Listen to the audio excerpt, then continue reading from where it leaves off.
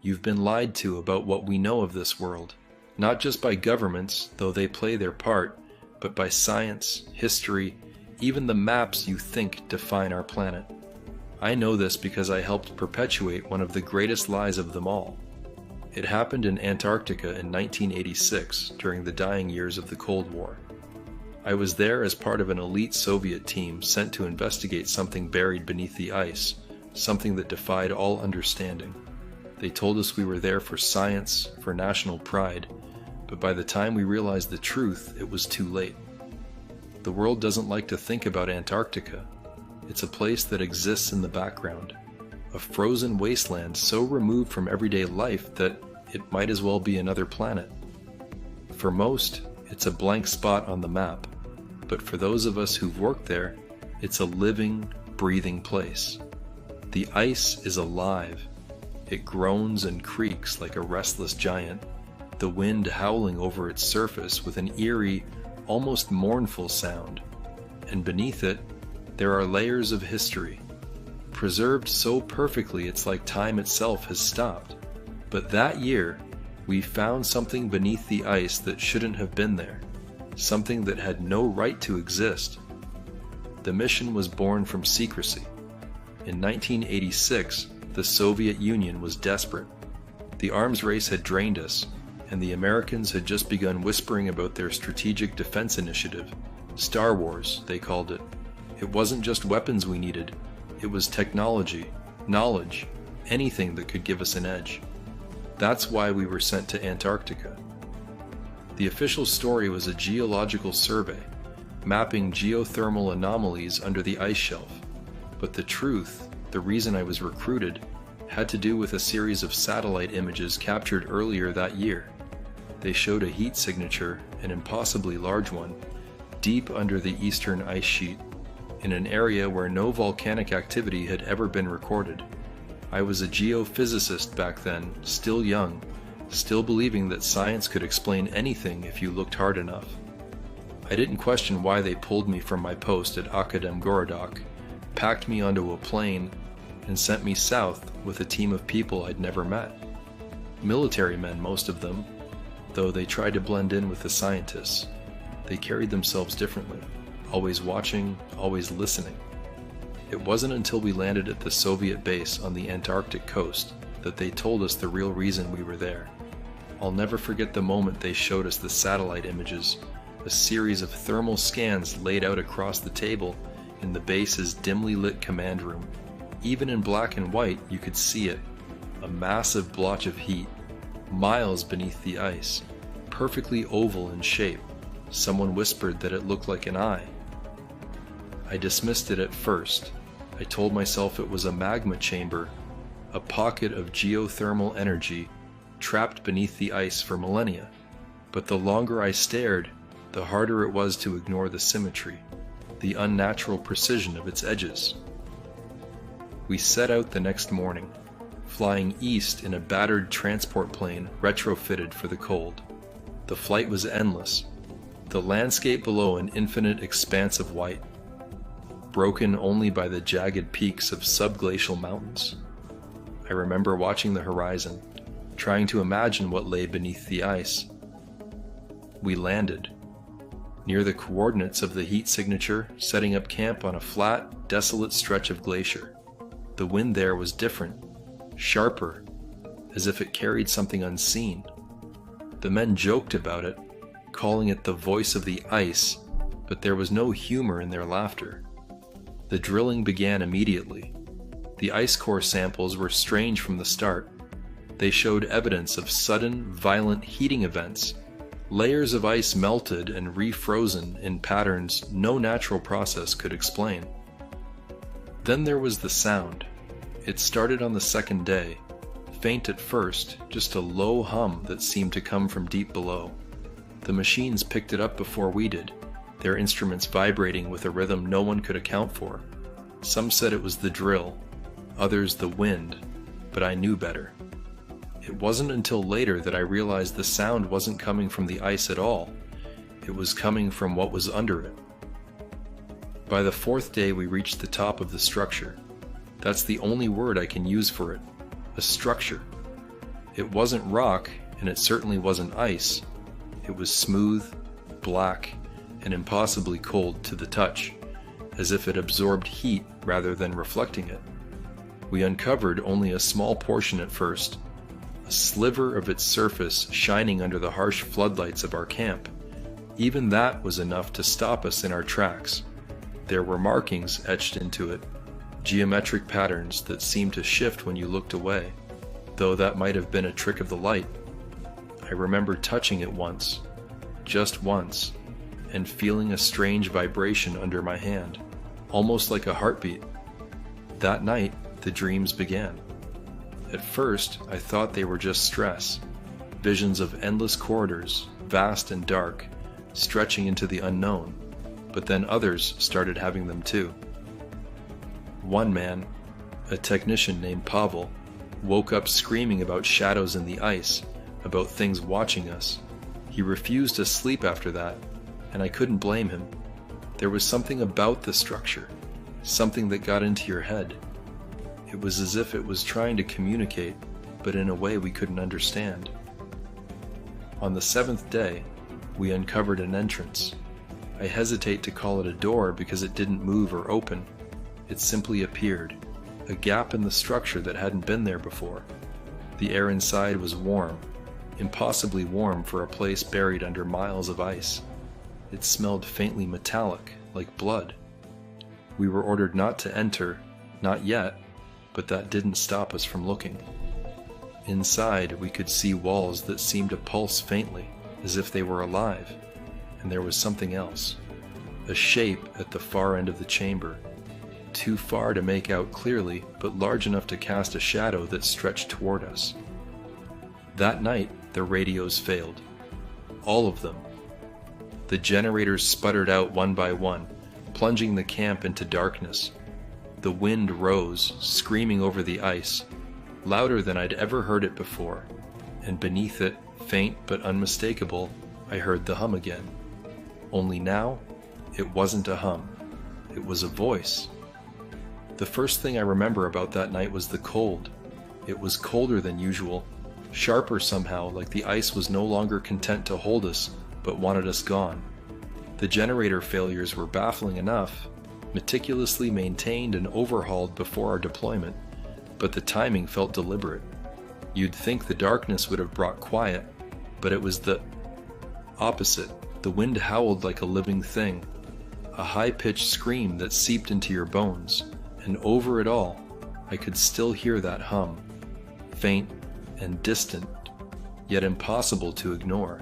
For the first time, I began to wonder if we'd made a mistake coming here, or maybe it wasn't a mistake at all. Maybe we'd been led. The next morning, what was left of it after the black hours, we regrouped. Most of the team looked haggard, pale, with sunken eyes that betrayed sleepless nights. Pavel hadn't spoken a word since his outburst 2 days prior, and the military officers, though stoic as ever, were beginning to exchange nervous glances. I asked Yuri, the lead engineer, about the generators. He shook his head. Nothing made sense, he said. The fuel lines were intact, the circuitry pristine. There was no reason they should have failed. His voice cracked when he told me the kicker. The backup units, the ones we hadn't even activated yet, were dead too. That's when I noticed his hands were shaking. By then, the black surface of the structure was fully exposed, a perfectly smooth dome that stretched wider than anything we'd anticipated. The excavation had revealed more of the patterns, but none of us could decipher them. I tried to focus on the science, the geology of it, but every instinct screamed that this was no natural formation. It was too precise, too perfect. Even the material defied categorization. We'd scraped at it with diamond-tipped tools, and it hadn't so much as scratched. Theories flew among the scientists. Some claimed it was a meteorite, some a geothermal anomaly, and others, more quietly, whispered about artificial origins. None of us said the word, though. Alien. Not yet. That would have made it too real. That morning, as we debated the next steps, the first disappearance happened. Andrei, one of the younger technicians, had gone to retrieve additional equipment from the storage tent 100 meters away. He never came back. At first, we thought he'd gotten lost in the whiteout, but his footprints were clear, leading straight to the tent and stopping there. There were no tracks leading away, no sign of a struggle. When we opened the tent, it was empty. His jacket and gloves were still inside. I don't know what was worse, the absence or the silence. It wasn't just that Andrei was gone. It was as if he'd never existed at all. The officers ordered a search, though none of us believed it would make a difference. The conditions outside were brutal, visibility reduced to mere feet, the air slicing through even our thickest layers. After hours of combing the area, we found nothing. No body, no equipment, not even the faintest trace. By then, morale was crumbling.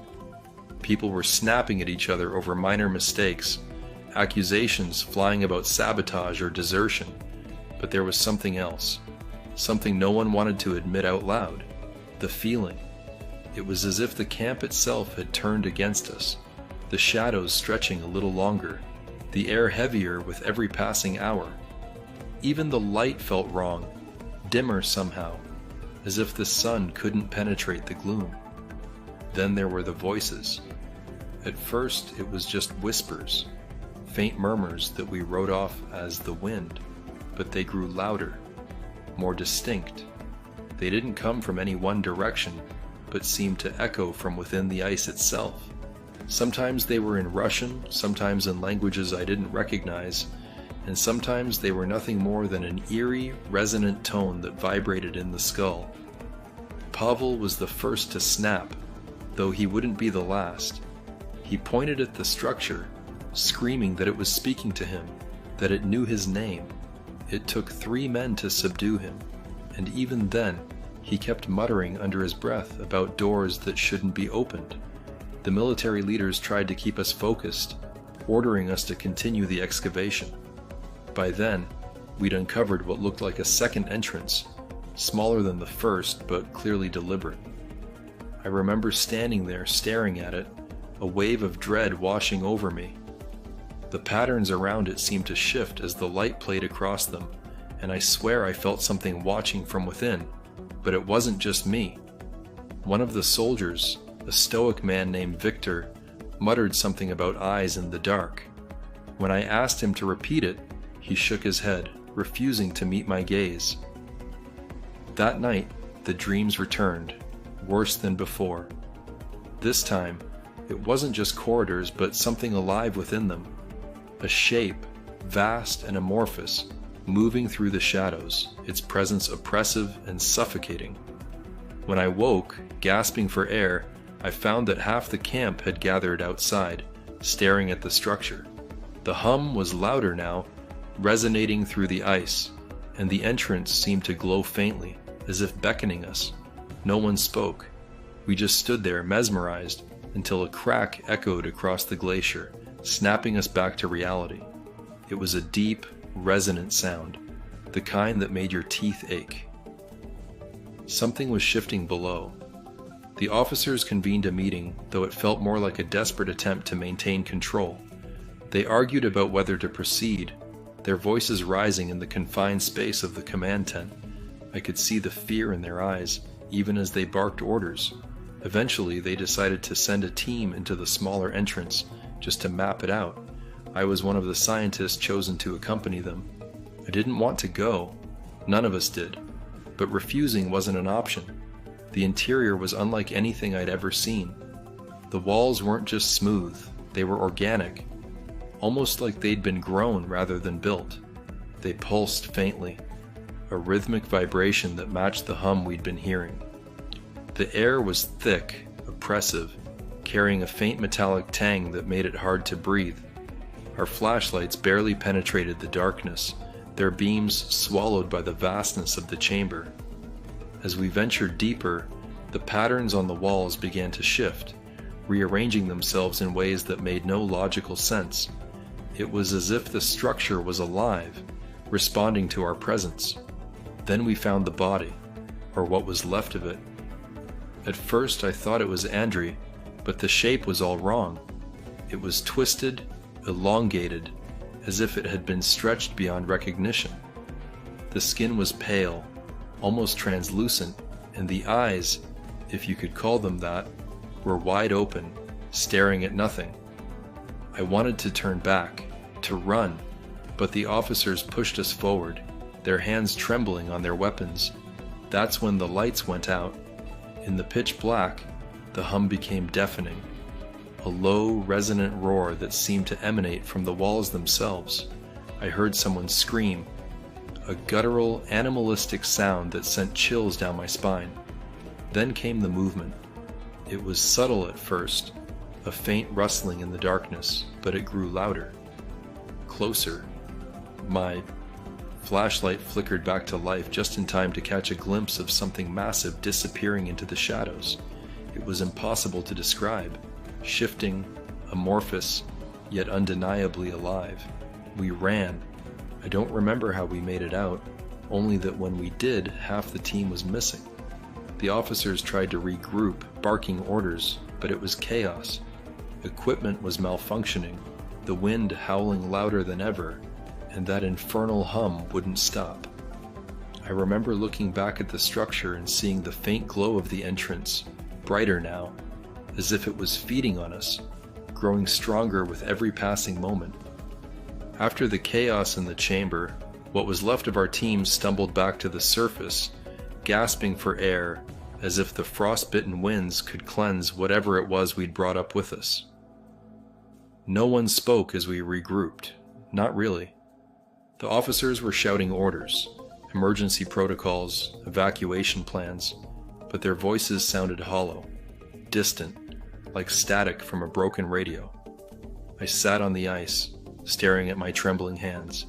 They were smeared with something dark, something that wasn't mine, though I didn't remember how it had gotten there. My mind kept replaying what I'd seen in the darkness, that shifting, impossible form, and the way it seemed to flicker between solidity and something less tangible, as if the laws of our world didn't fully apply to it. I told myself it was just the shadows playing tricks, the remnants of the dreams that had plagued us all, but deep down, I knew better. I think we all did. The officers called for a head count, and the realization struck like a hammer. 4 were missing. Pavel, of course, and 2 others who'd vanished during the earlier chaos, but the 4th was Victor, the soldier who'd sworn he'd seen something watching us. He'd been with us when we entered the smaller chamber, but now there was no trace of him. His radio lay abandoned near the structure, its casing cracked and frosted over, emitting a faint, irregular static. I picked it up, hesitating as the sound shifted, becoming almost rhythmic, like breathing. I tossed it back into the snow, unable to shake the feeling that it had been listening. As we argued over what to do next, the wind shifted again. It was subtle but unmistakable. A low, guttural moan carried through the air, rising and falling like the distant wail of an animal, or perhaps something worse. One of the geologists, Dmitri, froze mid-sentence, his face draining of color.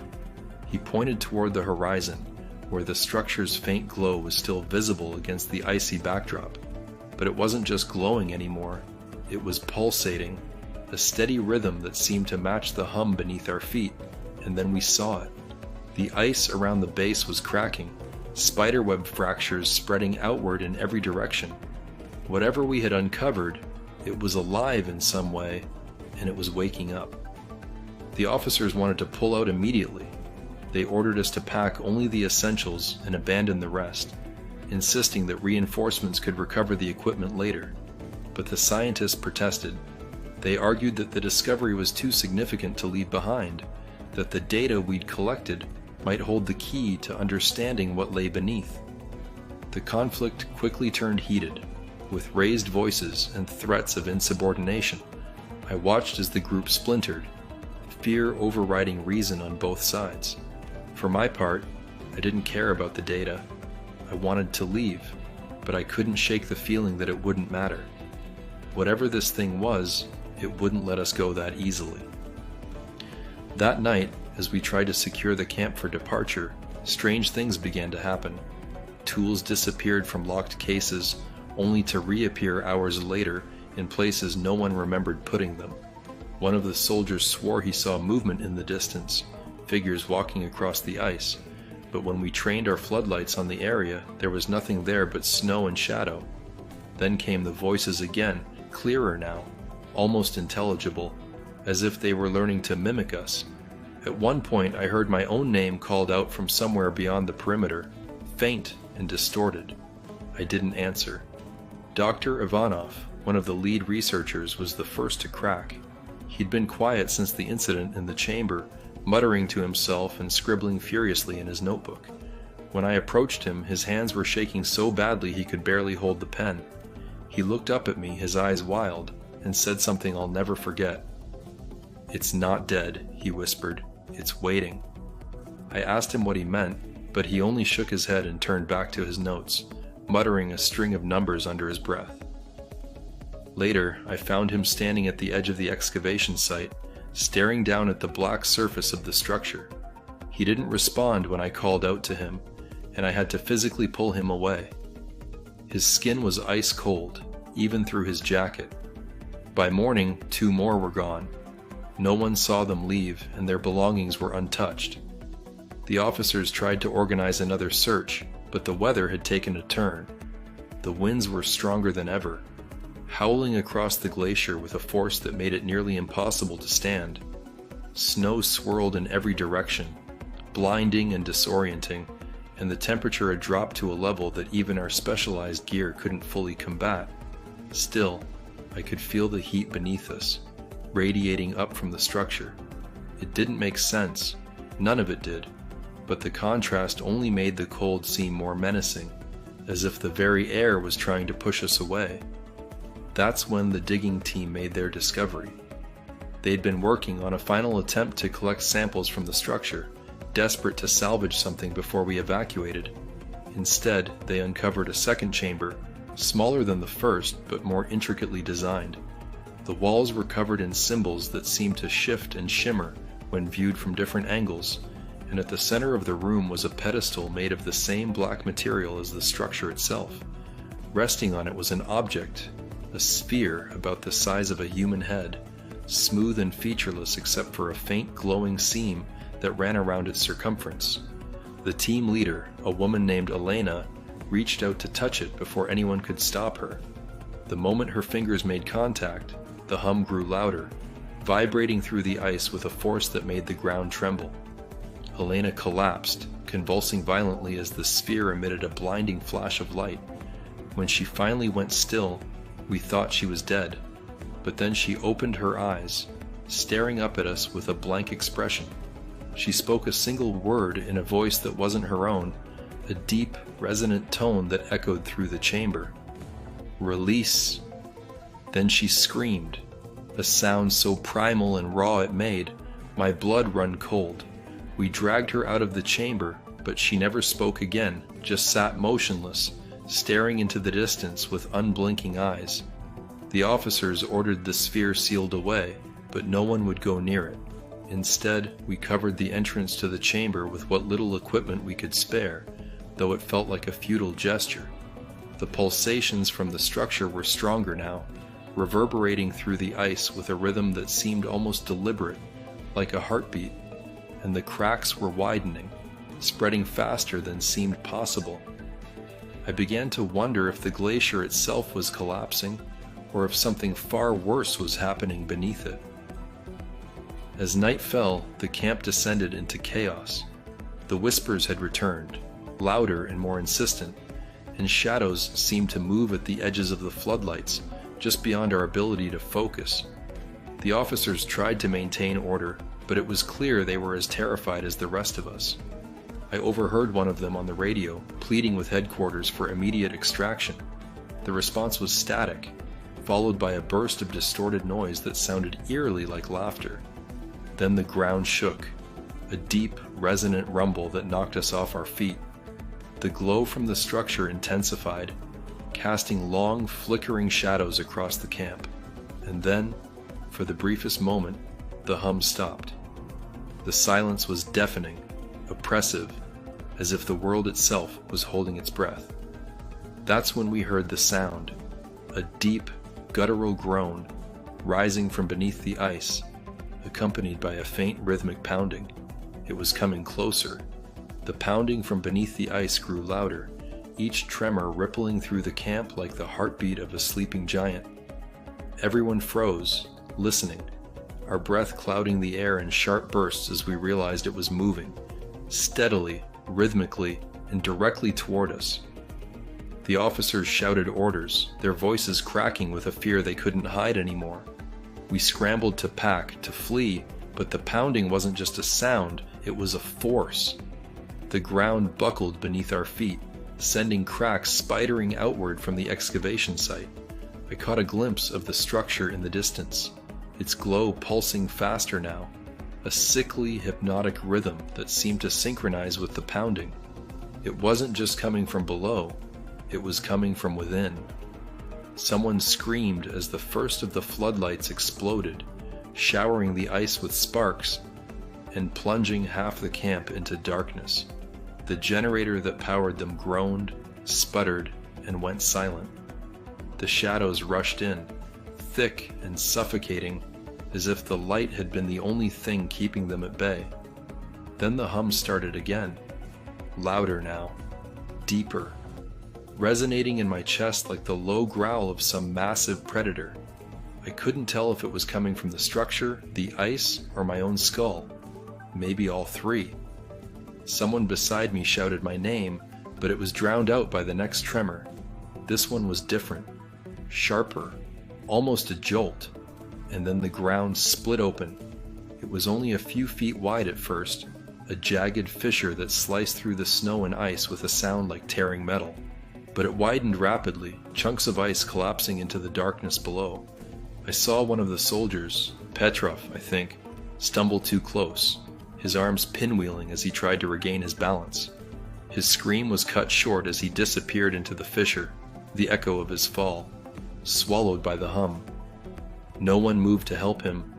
We all knew there was no bottom, or if there was, it wasn't a place meant for us. The officers rallied what little control they had left, ordering us toward the transport vehicles, but as we stumbled through the storm, another tremor hit, this one stronger than before. The ground heaved, sending us sprawling, and I felt a wave of heat rising from the fissure, an intense, unnatural warmth that shouldn't have existed in a place like this. It wasn't just heat though, it was something more, something that pressed against my mind like a vice. Images flashed before my eyes, alien landscapes, towering spires of black stone, and a sky filled with shifting, writhing shapes. I wasn't the only one. Around me, others fell to their knees, clutching their heads as if trying to block out whatever it was the fissure was projecting into our minds. Then the light changed. The glow from the structure, which had been a pale, sickly green, deepened to a crimson red, casting the entire camp in an eerie, otherworldly hue. The fissure pulsed with the same color, as if responding to the structure's call. I heard Dmitri shouting something about the sphere, that it was the key, but his voice was drowned out by the wind and the hum, both of which had grown into a deafening roar. I didn't understand what he meant. Not then, but I knew one thing for certain. The sphere had done something to Elena, and whatever it wasn't finished. The officers decided to make a final push toward the excavation site, hoping to retrieve the sphere and use it to, what? Stop this? Control it? I don't know. But the decision was made, and we had no choice but to follow. The path to the site was a nightmare, the fissures growing wider and more numerous, the ground beneath us buckling with every step. Shadows flickered at the edges of the red light, shapes that didn't belong, moving too quickly to be human. The whispers were back too, louder now, overlapping and chaotic, as if 1,000 voices were trying to speak all at once. They weren't just in my ears anymore, they were in my head, burrowing deep, filling my thoughts with alien words and images I couldn't understand. We reached the excavation site just as the largest fissure yet split the ground, carving a jagged path through the center of the structure. The smaller entrance, the one that had led us to the sphere, was now completely exposed, its black walls glistening in the crimson light. The officers ordered us inside, but no one moved. We were all staring at the fissure, but what was emerging from it? It started as a shadow, an indistinct shape rising slowly, impossibly, from the depths. Then it took form, massive, amorphous, and pulsating with the same rhythm as the structure. It wasn't solid, not entirely. Its edges flickered, shifting between reality and something else, as if it couldn't fully exist in our world. But its eyes, if you could call them that, were very real. They glowed with an intense, malevolent light, tracking us with an intelligence that was undeniable. Elena was the first to move. Without a word, she broke from the group and walked straight toward the structure, her movements stiff and unnatural. The officers shouted after her, but she didn't stop. She didn't even flinch. I tried to grab her arm as she passed me, but the moment my hand touched her, a searing pain shot through my body, and I fell to my knees. She disappeared into the smaller entrance, and seconds later, the hum changed. It wasn't just sound anymore. It was pressure, a physical force that drove us back, that made the ice itself groan and splinter. And then the fissure erupted. A column of light shot upward, blinding and searing, as the thing in the fissure fully emerged. It towered above us, its form constantly shifting, its edges blurring as if it was made of smoke and fire and something else I couldn't comprehend. The whispers turned to screams, and I realized they weren't coming from the fissure anymore. They were coming from us. Everyone around me was screaming, their faces contorted in terror and pain as the thing loomed over us. And then, just as suddenly as it had emerged, it stopped. The light faded, and the thing froze, its massive, flickering form hovering above the fissure. For a moment there was silence, a stillness so profound it felt like the world itself had paused. And then it spoke. Not in words, not exactly, but in a series of images and emotions that slammed into my mind with the force of a tidal wave. It wasn't just awake, it was aware, and it was angry. I don't remember much of what happened after that. There was chaos, people running and shouting, the officers firing their weapons uselessly into the shifting mass. The last thing I remember clearly is the sphere. It was glowing, pulsing in time with the structure and the thing above it. Dmitri was screaming something about it being the key, that we had to destroy it, but no one listened. Or maybe they couldn't. The thing in the fissure began to move again, faster now, and the ice beneath us cracked and shattered, sending us sprawling, and then there was nothing, just darkness and the sound of my own breathing. I woke to silence, a suffocating, unnatural stillness that pressed against my ears like I'd been plunged underwater. My body was numb, every muscle trembling as if the cold had finally broken through the layers of gear and flesh. When I opened my eyes, I was lying on the ice, the dim gray of an overcast sky barely visible through the swirling snow. Around me, there was no sign of the camp, no tents, no vehicles, nothing but jagged cracks in the ice stretching in every direction. The structure was gone, or buried, its faint glow extinguished as if it had never existed. But the fissure remained, a massive gaping wound in the glacier, and from its depths I could still feel the hum, faint now but persistent, like the echo of a heartbeat too far away to reach. I don't remember getting to my feet, or how far I stumbled before I found another survivor. It was Dmitri. He was on his knees, staring blankly into the distance, his face pale and streaked with frost. The sphere was in his hands, its surface dim but still pulsing faintly, a steady rhythm that matched the hum beneath us. He didn't look up when I called his name, didn't respond when I shook his shoulder. I tried to take the sphere from him, but the moment my fingers brushed its surface, my vision blurred, and a wave of nausea rolled through me. Images flashed in my mind, rapid and disjointed. Cities crumbling into ash, skies darkened by shapes too vast to comprehend, and something rising, endlessly rising, until the ground itself gave way beneath it. I staggered back, gasping for air, and Dimitri's eyes finally met mine. "It's not a machine," he whispered. "It's a key." The others began to appear as we moved away from the fissure, scattered across the ice like debris from a wreck. Most were alive, but barely coherent. Their faces twisted in expressions of shock and terror. The officers were gone, swallowed by the chaos, and no one dared to ask what had happened to them. Those who could walk followed in silence, the sound of our footsteps swallowed by the endless expanse of white. Every now and then someone would glance back toward the fissure, their eyes wide with fear, as if expecting something to follow. And maybe it was. I didn't have the courage to look. It wasn't until hours later, when we reached the ridge overlooking what had once been our camp, that we saw the full extent of what had happened. The glacier was collapsing. Massive chunks of ice were breaking away, tumbling into the void below, as the fissure widened and stretched toward the horizon. The structure, no, the entity, was still down there, I was certain of it, and the pulsing glow that now emanated faintly from the cracks confirmed it. Whatever we had uncovered, whatever had been imprisoned there, was no longer bound, and it was still moving.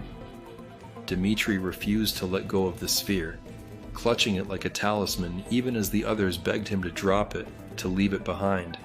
"It's the only way," he kept saying, his voice trembling with a mix of fear and conviction. I didn't understand what he meant, not fully, but I knew he was right about one thing. The sphere wasn't just an artifact. It was connected to the entity, to the structure, to everything that was happening. And if it had been buried with that thing, it was for a reason. We argued over what to do next, our voices rising above the wind as panic set in. Some wanted to keep moving, to get as far away as possible before the ice gave way entirely. Others insisted we radio for help, though no one could explain how or why the signals would work when they hadn't before. But as the arguments grew louder, Dimitri suddenly screamed. He doubled over, clutching his head, the sphere tumbling from his hands onto the ice. And then we heard it again. The voice, not from the fissure this time, but from the sphere itself. It wasn't a sound exactly, more like a vibration that resonated through the air, through our bodies, through our minds. A single word, clear and undeniable, repeated over and over: return. The air around us seemed to change after that, growing heavier, thicker, as if the very atmosphere was pressing down on us. The others scrambled away from the sphere, some shouting that we should destroy it, others too afraid to get near it, but I couldn't move. My eyes were locked on the faint glow that now pulsed faster, brighter, as if responding to the voice. And then I realized it wasn't just the sphere that was glowing. The cracks in the ice, the distant edges of the fissure, even the snow itself, all of it was illuminated with the same faint crimson light. It was spreading. Dimitri was the first to act. He grabbed the sphere again, ignoring the way it burned his hands, and started running toward the fissure. The others shouted after him, some trying to stop him, but he didn't slow down. I followed. Not because I understood what he was doing, but because I couldn't let him go alone. By the time we reached the edge, the light from the fissure had intensified, swirling upward like a vortex, and the hum had become a deafening roar. Dimitri turned to me, his face pale but determined, and said something I'll never forget. "It doesn't want to escape," he said. "It wants to return." Before I could stop him, he threw the sphere into the fissure. The effect was immediate. The light flared brighter than ever, a blinding, searing brilliance that forced me to shield my eyes. The ground shook violently, cracks spreading out in every direction, and I felt a wave of heat that nearly knocked me off my feet. And then, just as suddenly as it had started, it stopped. The light vanished, the hum ceased, and the fissure began to close. It wasn't natural, not like the slow accumulation of snow and ice over centuries. This was deliberate, as if the glacier itself was repairing the wound. Within moments, the fissure was gone, leaving nothing but smooth, unbroken ice. The others found me hours later, sitting alone on the ridge, staring at the place where the fissure had been.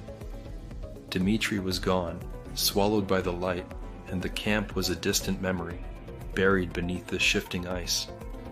We didn't speak as we made our way back to the extraction point, the silence between us heavy with unspoken questions. When the rescue team finally arrived, they didn't ask what had happened. They didn't have to. The look in their eyes told me they already knew, or at least suspected. I returned to Russia, but I didn't stay. The official reports claimed the expedition was lost to a catastrophic collapse of the glacier, a natural disaster that left no survivors. I didn't argue. Let them think that. Let the world believe the ice is just ice, that the Antarctic is nothing more than a frozen wasteland. It's safer that way. But I know the truth. I saw what lies beneath, what we were never meant to find, and I know it isn't over. The whispers haven't stopped.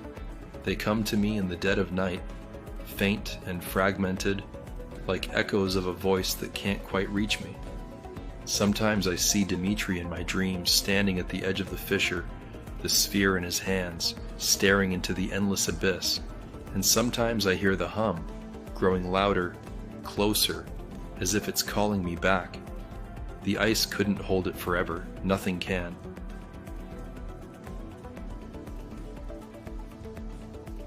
Hello, agents. Curious about the most famous and shocking UFO cases? My new ebook uncovers 51 encounters the government tried to hide. Find it in the pinned comment. And if you enjoyed these stories, make sure to subscribe, and there's another one waiting for you right here.